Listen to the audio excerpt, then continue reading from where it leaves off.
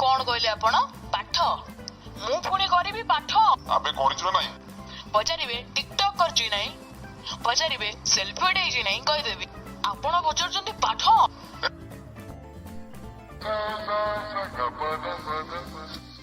बुझिलु सड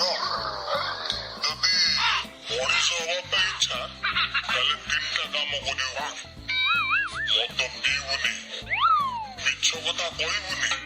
आ चोरी भी करबुनी बापा